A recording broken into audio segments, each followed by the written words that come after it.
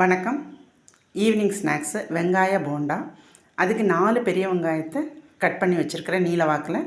2 கொத்து கருவேப்பிலை கட் பண்ணி வச்சுருக்கிறேன். 6 டீஸ்பூன் கடலை மாவு, 3 டீஸ்பூன் அரிசி மாவு, 1/4 டீஸ்பூன் மஞ்சப்பொடி, 1/2 டீஸ்பூன் மிளகாப்பொடி, தேவையான அளவு உப்பு, பிஞ்ச சோடா உப்பு. இப்போ இதை கொஞ்சமாக தண்ணி விட்டு கொஞ்சமாக தண்ணி விட்டு பிசைஞ்சிட்டு உங்கள்கிட்ட காமிக்கிறேன். அப்புறம் ஸ்டவ் ஆன் பண்ணி கடாயை வச்சு எண்ணெய் வச்சாச்சு, போட்டு பொரிச்சு எடுக்கிறதையும் காமிக்கிறேன். இந்த அளவுக்கு பிசைஞ்சு வச்சாச்சு. இப்போ ஒரு சின்ன உருண்டையாக உருட்டி எண்ணெயில் போடுறத காமிக்கிறேன்.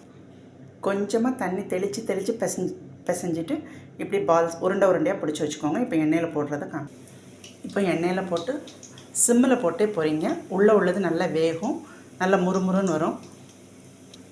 உடனே கரண்டி வச்சு திருப்பாதீங்க, வேகிறதுக்கு டைம் கொடுங்க. ஈவினிங் ஸ்நாக்ஸு வெங்காய போண்டா பொரிச்சு எடுத்தாச்சு.